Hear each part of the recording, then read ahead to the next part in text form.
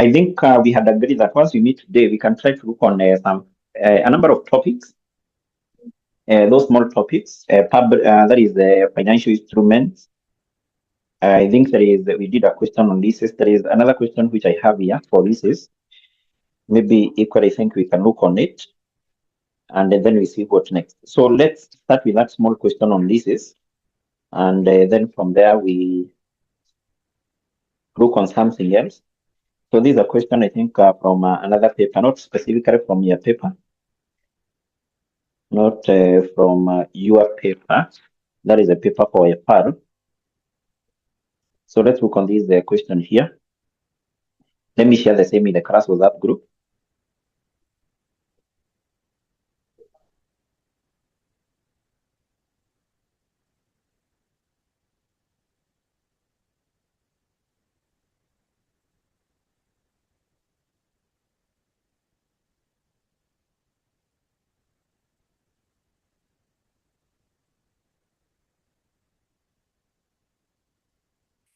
Yes, already shared. So check in the class WhatsApp group. Check in the class WhatsApp group. So once you get the question, please confirm. Once you get the question, you confirm. I've shared that question in the class WhatsApp group.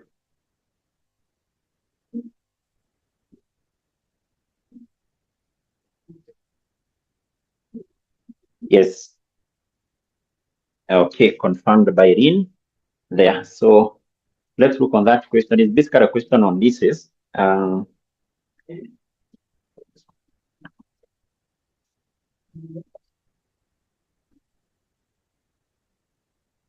question on leases. So what are we told here? What are we told here? Yes, so the question is that on the 1st of December 2020, Perry Limited entered into a contract to lease an item of machine from supplier for 4 years. So the terms of the lease were that Perry Limited was required to pay annual rent of 1.55 million in arrears, commencing that year of November 2021. Initial direct costs incurred on the lease amounted to 429,570 and were paid by Perry Limited. So the machine had a remaining economic useful life of 6 years at the commencement of the lease, and then you're told the lease did not contain any purchase option for the lessee. They did not contain any purchase option for the lessee. And then you're told the interest rate implicit in the lease was 13% per annum. And then you're told the present value interest factor of annual PBIVA at the rate of 13% for 4 years is 2.97447. So what are we required to do here? We're required to analyze the accounting treatment of the above list transaction in the financial statements of Perry Limited, for the year which ended 30th of November 2021 or the year 2024. So basically, these are a very good question on leases. These are questions are borrowed from another paper, called FSA, Financial Statement Analysis. This is a paper which is done in CIFA. And basically, this was a question from April of 2025, specifically question number 5B.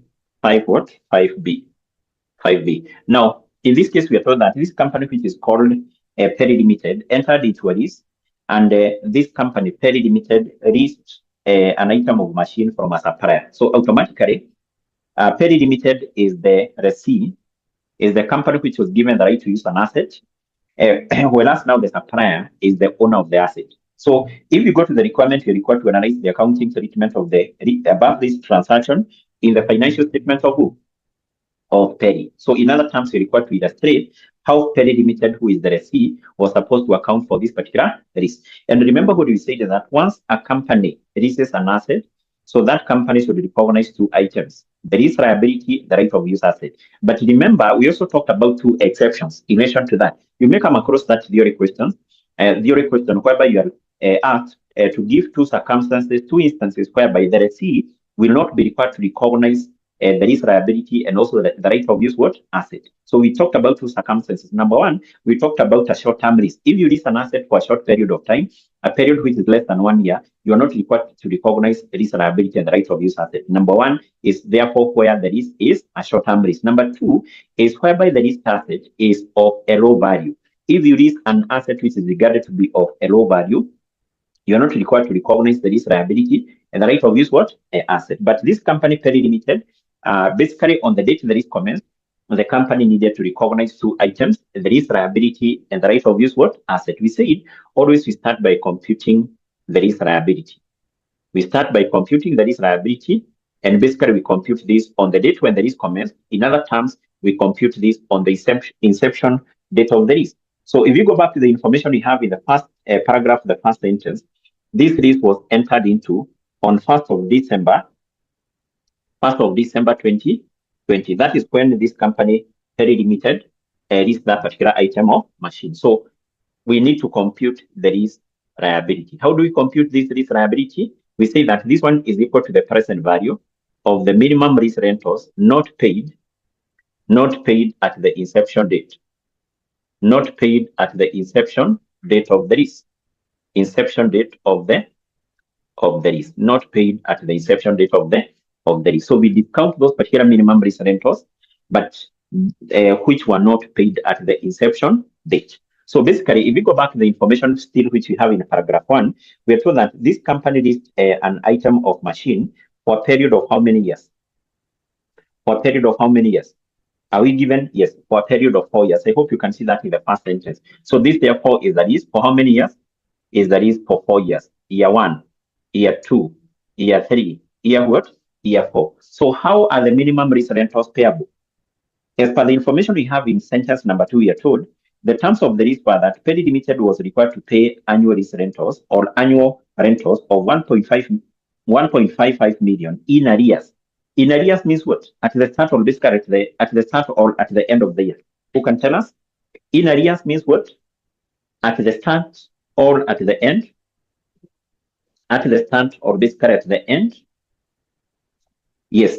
In arrears means at the end. So this amount was payable at the end. So the amount which was supposed to be paid at the end of year 1 is 1.55 million, 1.55 million.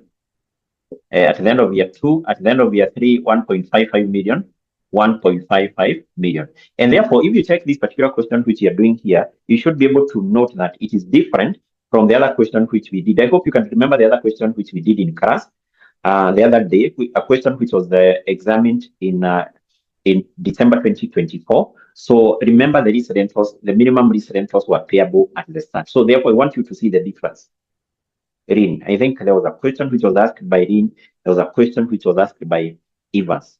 So in terms of the difference, whenever the minimum lease rentals is payable at the start and also at the end, we say there is a difference in terms of how we compute the lease liability. Number 2, how we prepare the lease amortization schedule. Remember, therefore, all these particular amounts are payable at the end. So how do we compute the lease liability?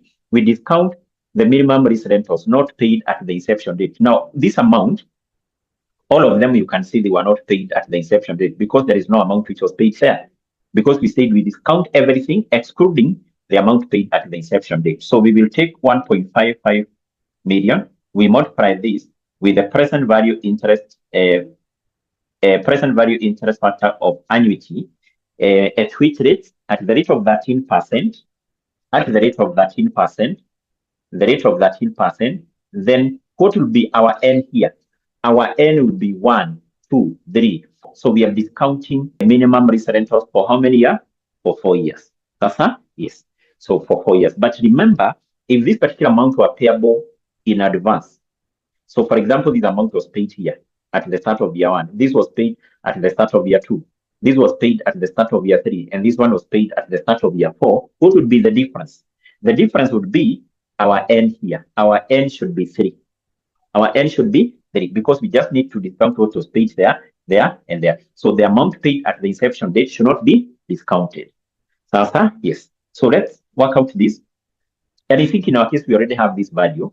Remember, we say in case the examiner has not given you this is the formula you have to recall. 1 minus 1 plus r raised to power negative n, we divide that with r. So that is the formula you need to remember. But I think in our case, we already have this value here. In the last paragraph, you're told the present value interest factor of annuity at 13% for 4 years. This one is given as what?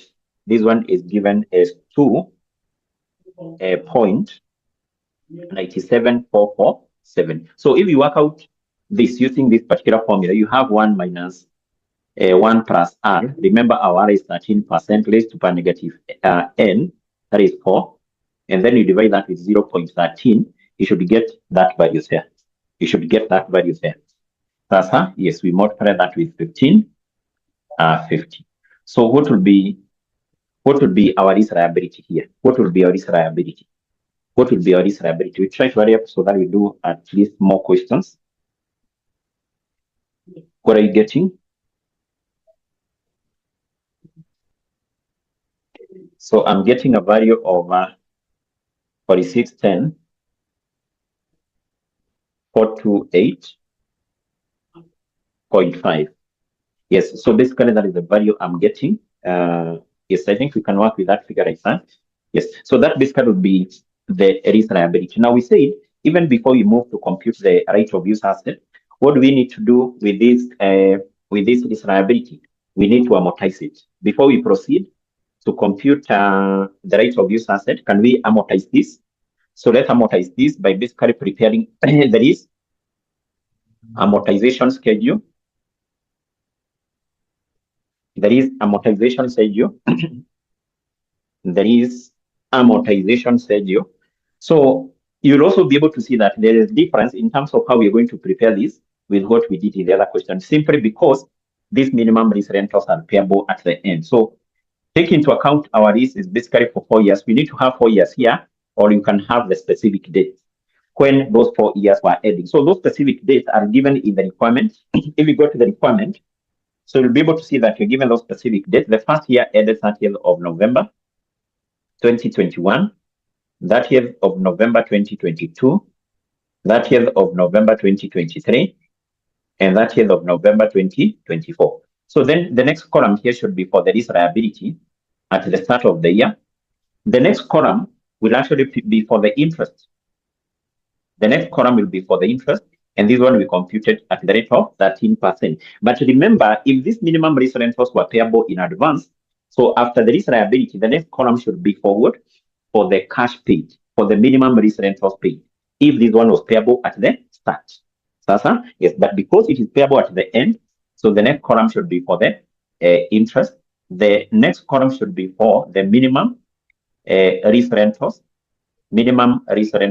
paid. And finally, we have the risk liability at the end of the year. So that's basically how we arrange our risk, the risk amortization schedule. And therefore, you can see always we interchange these two columns, depending with when the minimum risk rentals is payable. Can you be able to see that difference with what we are doing here and the other question which we did in class? Rin, can you be able to see the difference? Evans, can you be able to see the difference? Yes, I want you to see that difference.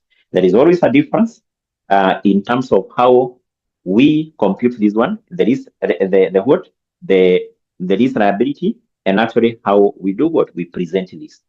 So in case the minimum risk rentals is payable at the end, so after the risk liability at the start, what comes next is the interest, and then the minimum risk liability. Yes. So what we start with here is basically the risk liability at the start of year one, and that is basically what you have computed there, which is basically an amount of 4610 or 28.5. So we compute interest, which will be 13% of this, 13% of the opening balance, 13% of this, and basically I'm getting 599, 356 to the nearest whole number. Let's work with that to the nearest whole number. And then the minimum risk rentals, which was paid at the end of year one, is this one, 1550,000. So this one we said it reduces the value of the liability. So to compute the risk liability at the end of year one, we will take this one, risk liability at the start of year one, we add the interest, we minus this. So in other terms, to compute this, we are taking what? In other terms, to compute the risk liability at the end, we are taking this one, the risk liability at the start, we are adding this one, the interest paid, we are raising the minimum risk rentals paid. So we are taking A plus B minus what? Minus C. Minus what? Minus C. That's basically how we are getting that value there. Sasa? Yes. So let's work out that. So we add 46, 10, 428.5 minus 1550. Yes, and basically here I'm getting what? I'm getting 36, 59, 784, 784.5, or let's just work with this to the nearest whole number. Let's just work with that to the nearest whole number. To the nearest whole number, to the nearest whole number, to the nearest whole number, to the nearest whole number. This one should be 9. Eh? Let's work with that. It's 9. To the nearest whole number should be that. Eh? Yes. So that will be the opening balance here. 3659, 3659, 785. So we compute interest, which is the 13%. 13%. Basically, I'm getting 475, 772. So the amount which was paid at the end of year 2 is this one, which is 1550,000. And then we compute the risk liability at the end of year 2. So we have 36, 59, 785 plus the interest for 75, 772 minus 1550. Yes. And what are you getting here? My figure automatically is not correct here. Yes, what are you getting?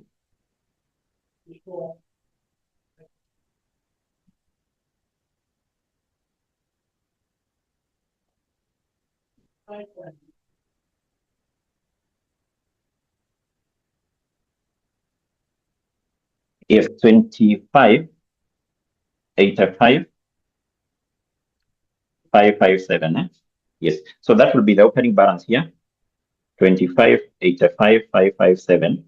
So we compute the interest as 13%, which will give us 336, 122. The amount paid is 1550,000. Yes. So let's work out the risk liability at the end of year 3. We have 25, 85, 557 minus 155. Yes, and basically here I'm getting 13, 71, 679. 679. I hope that is what you're getting. So that will be the opening balance here. Is the opening balance here. And then we compute the interest as 13%. 13%, and basically I'm getting 178,318. So the amount paid there is 1550,000. And automatically this one should give a 0 or a figure which is insignificant. So let's see what we have, 178. So therefore, that's basically how we prepare that particular risk amortization schedule, basically to amortize our risk liability. Having this 10, we need to move and basically we compute the right of use asset. The right of use assets. And basically the right of use asset, equally we compute this at the inception date of the risk. Remember, the risk commenced on 1st of, this one should be December. It should be December. 1st December of 2020. That is when we are computing the right of use asset. Now, to compute the right of use asset, we said we add like three values. Number one, we take the risk liability. The risk liability at the inception date. And basically that is the inception date is 1st December 2020.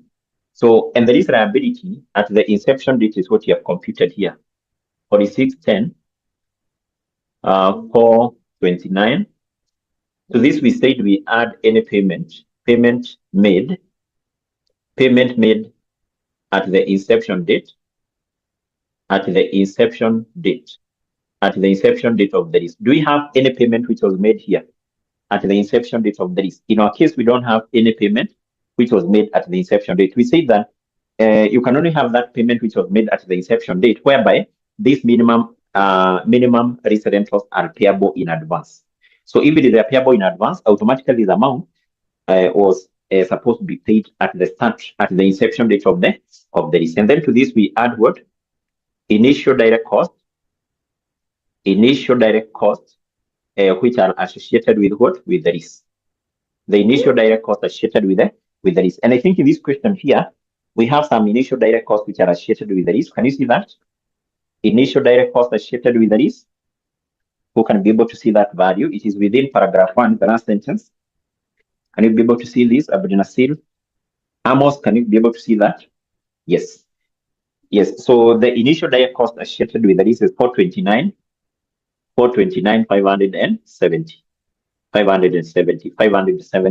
So we add those two values and we get now something called the right of use asset. The right of use asset. So the right of use asset will be 4610, 429 plus 429, 570. And basically we get what here? We get 15. Okay, I think we can work with this one as 0.85, though you can't be penalized for that. So that will give us 50, 39, 998.5. Is that what you're getting? Is that what you're getting? 50, 39, 998.5. Yes. So having that, then, the next thing we need to do is basically to compute the depreciation per annum. Remember, we say that this right of use asset should be depreciated on a straight-line basis at the shorter of two periods. At the shorter of two periods, number one, the lease term. The lease term basically is the period of the lease. In our case, we know this is the lease for 4 years. And number two, the remaining useful life of the asset, or the remaining economic life of the asset. So we're given that in paragraph 2, we are told the machine had a remaining useful life of 6 years. 6 years. So out of the two period, we take the shorter of the, or actually we take the period which is shorter, which is basically 4 years. So we will depreciate this on straight-line basis for 4 years. So to compute the depreciation per annum, we will take the right of use asset 50, 39,998.5. We divide that with 4. We divide that with what? We divide that with 4. So we have 50, 39,998.5 divided by 4. And basically this will give us depreciation of 12,559. 1259 to the nearest whole number. To the nearest whole number, I think should be 1260. Is it 1260? Yes, 1256,000. To the nearest whole number. To the nearest what? To the nearest whole number. To the nearest whole number. To the nearest whole number. Yes. Now, that basically what is required. But if you check on what the question is requiring, we require to analyze the accounting treatment of this in the financial statement. We said, in such a case, what you need to do is you prepare financial statement extract. You prepare the income statement extract. You show what was supposed to be recognized there in relation to this risk. So we start by preparing the income statement extract. Income statement extract. And remember, you say that in the income statement extract, what the company is supposed to recognize, two items. One, we have these interest, and actually we say that this interest should be recognized as part of the finance cost. Number two, the company should recognize this particular depreciation. So, and actually we are going to prepare this for these 4 years here. The first year ended that year's November 2021, that year's November 2022, that year's November 2023, that year's November 2024, like that, 4 years. So at the expenses, our company will recognize two items. At the expenses, so we have these interest. You can just refer to it as interest, or you can just include it here as part of the finance cost, because that will be a finance cost. So this will be the interest for the first year, 599, 356. So for year 2 is this one, 475, 772. For year 3 is 336 122, and basically this one is 178 312 318. Yes, the other item which will also be recognized here is basically the depreciation on the right of use asset. The depreciation on the right of use asset, whatever you have here, this one.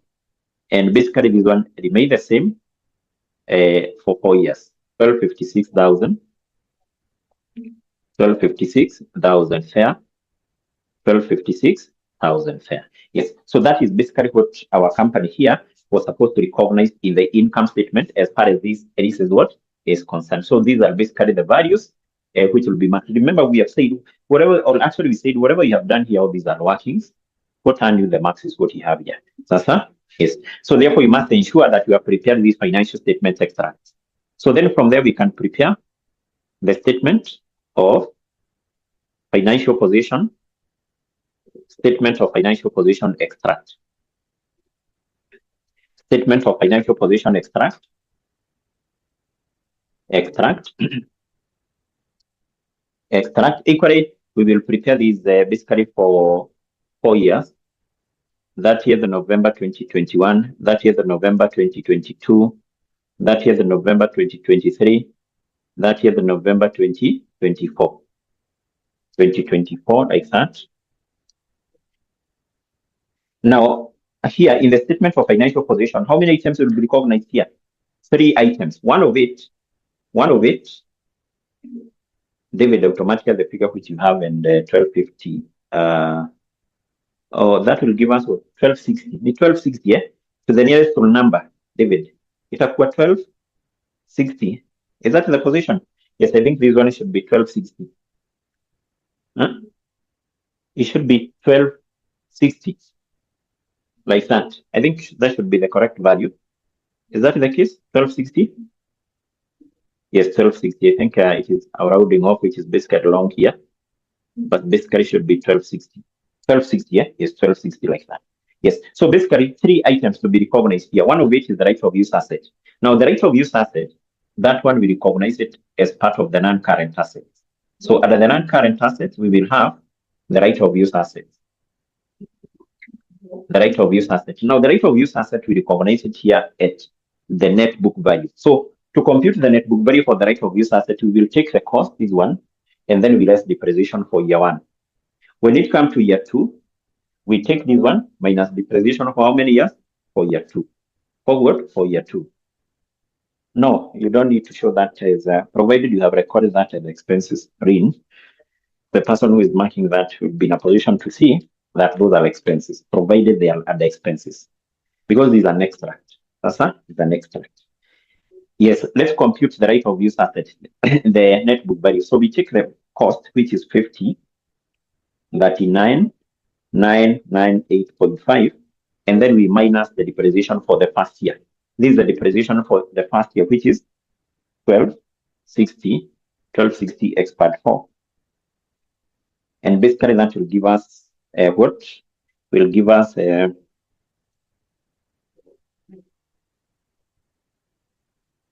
will give us 37 79 99. Okay, to the nearest number it will give us something like that. So then year 2 we also do the same. In year 2 you can take this minus that depreciation. Are we together? Yes. So we take, alternatively, you take this minus depreciation for 2 years. But the easy approach is once you have computed the net book value for year 1, to get the net book value for year 2, you take the net book value at the end of year 2, at the end of year 1, sorry, you less the depreciation for year 2. Sasa? Yes, so we will take this, we less depreciation for year 2, which is 1260 x part 4. And basically that will give us 25,19,999. What about there? So we take that value, we less depreciation for year 3, which is 1260, and that will give us a 1260,000. And then here the net book value will automatically be 0 because it is this minus that. So that's how we compute the value for the right of use asset. Then from there, we said that this particular lease liability This one should be recognized in the statement of financial position as a liability. But basically, we said this amount has to be split into two. Part of it will be recognized here as an non-current liability. So under the non-current liability, we will have the lease liability, and still under the current liability, under the current liabilities, we will also have what? The lease liability. We will also have the lease liability. I think I showed you how to split that, how to determine the amount to be recognized under the non-current and also under the current. We said, I think, whatever is very simple is first of all to determine the amount to be recognized under the non-current liabilities there. Under the non-current liabilities there. So we said the amount to be recognized as a non-current liability at the end of year one, that is this year, we take the lease liability at the end of year two. So the amount to be recognized as a non-current liability in year two, we take the lease liability at the end of year three. At the end of year three, we take the lease liability at the end of year four. At the end of year four, the lease liability at the end of year five. So therefore, in year one, the first year here, the amount to be recognized as a non-current liability is this one. So which is 25,85,557. In year two is what we have here, 13,71,679. In year three is basically 0, and also in year four is 0, like that. Yes. Then from there, to determine the amount to be recognized as a current liability, we say this amount payable within 1 year, and therefore we said we take the decrease, because the decrease basically is the amount which has been paid. The reason why liability reduces is because there was a payment which was made. There was a payment which was made. So let's get the difference here between these two values here. We have 36, 59, 785 minus 25, 85, 557.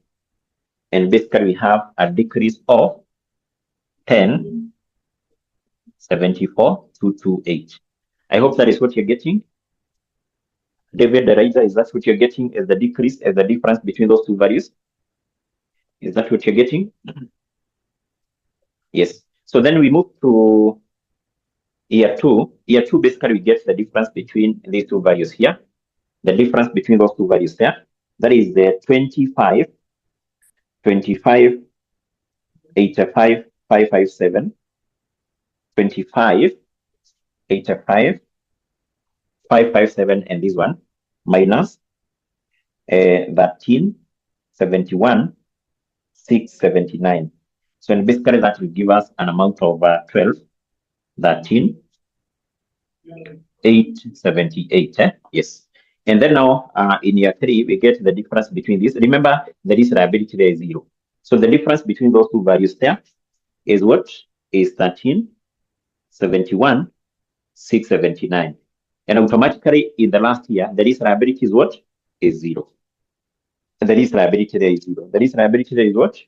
Is 0. Is what? Is 0. So that is it. That what was required in that question. So what will earn you the 8 marks is basically what we have here. But remember, there is a similar question which we did in your paper 6. That question, the marks allocated there were 10. So meaning that in such a question, you can either be given 8 marks or basically 10 marks. But what I want you to understand is the difference in terms of how we compute the lease liability, how we compute the right of use asset, how we prepare this particular lease amortization schedule whenever the minimum lease rentals are payable at the start of the year and also at the end, because that is the question you're likely to come across. The minimum lease rentals are payable either in advance or in arrears. You must be in a position to compute the lease liability, to prepare this one, and the right of use asset.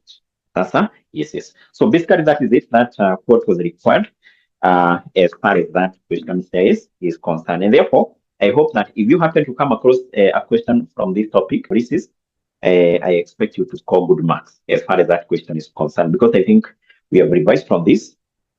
Maybe what you also need to do is, can you try to check on how the leases are accounted for by the owner of the asset? The owner of the asset, or basically the lessor. Try to remind yourself how that particular person account for the leases. Account for the leases. Account for what? For the leases. Account for what? For the leases. Okay. So we have that. we have another small question here. Basically, I want us we switch now to another topic, a topic of financial instruments. So remember, in relation to that topic of financial instrument, we did a number of we covered a number of concepts. The first concept we did was on compound financial instruments. Compound financial instrument. And remember, I say that compound financial instruments are the financial instruments issued by the company. They contain both equity and liability component. And actually, we say once the company has issued a compound financial instrument, as per the requirement of or as per IAS 32, the company should split the two components. The company should split the liability component and the equity component. There is this equally a question here I want us we go through. Let me share the same.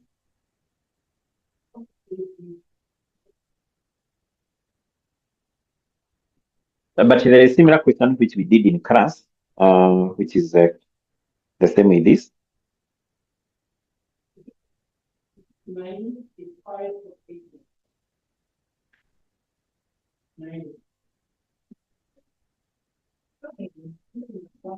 Yes, equally, I've shared that question in the class WhatsApp group. I've shared that question in the class WhatsApp group. I hope it is clear. I hope it is clear. Is it clear? Whatever I've shared in the class WhatsApp group.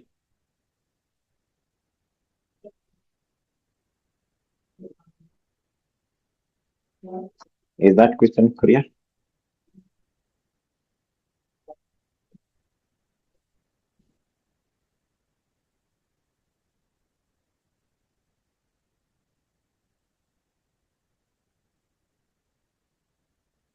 Yes, I hope it is. I hope it is.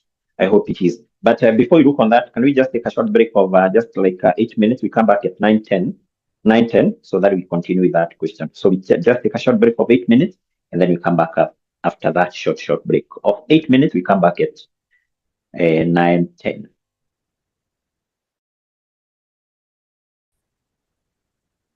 Yes, so I want us to continue. I hope you're back. I hope you're back. So let's look on that question here. Let's look on that particular question here. So the question reads, that Good Limited issued shilling 4 million 7% convertible bonds on 1st January 2019 par value. So the bond is redeemable at par on 31st of December 2023, or can be converted at that date on the basis of 2 shillings 1 ordinary share for shillings 10 of the bond held.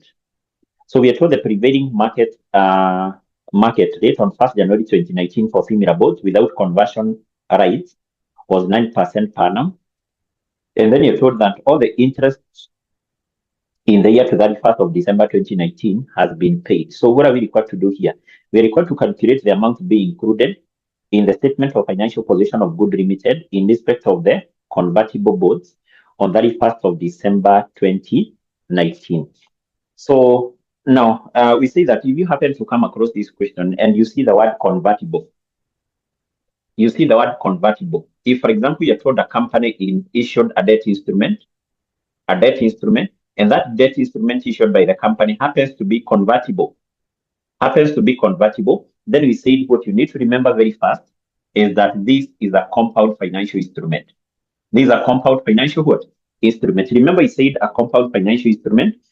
We said that this is a hybrid financial instrument. In fact, in other terms, it can be referred as a hybrid financial instrument. It's a financial instrument which contains both equity component and the liability component. It contains the equity and the liability component. And we say once the company has issued such a compound financial instrument, as per IAS 32, the company needs to split the two components, the liability component and the equity component. Steps to be followed. First of all, we said we compute the liability component. Number 2, we compute the liability component. So what I want us to do, let's go straight to that question. We go straight to that question. Equally, this is a question I've borrowed from the paper for CFA. Financial statement analysis.